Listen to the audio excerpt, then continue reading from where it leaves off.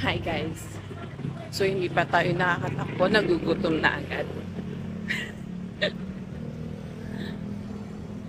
Kailangan muna nating kumain bago tayo tumakbo. Yun naman, ang person baka mahilo.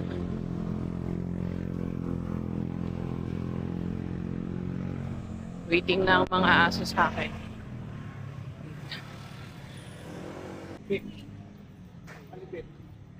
Grabe yun, may bidang dalawa. Feeling coach yan? Ha? Hindi na pala yung half marathon. Half marathon. Nag-stretching lang. Umayabang sila ate. Nag-stretching lang kami. May nakikita ko niya, gumaganon-ganon pa yung paa eh. Oh. Trip mo. Yabang oo. Short story lang guys. Etong buwan na tong pinaka-konti ng Short story na. Akala ko tinutuon ako yung video.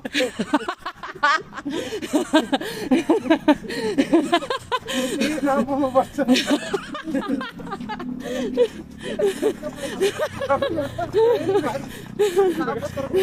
Okay, short story guys.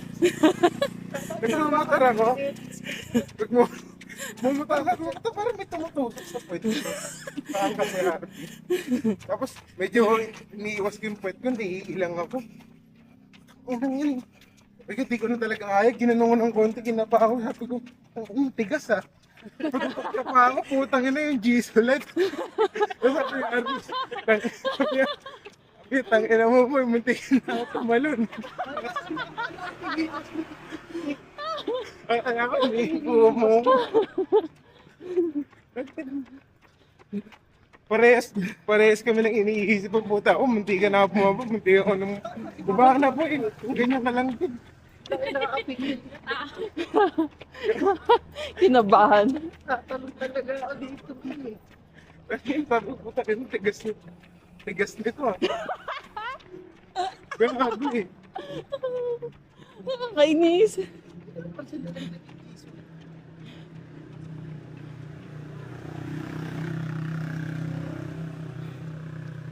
Short story lang ha, punta sa story ni Kevin eh, no?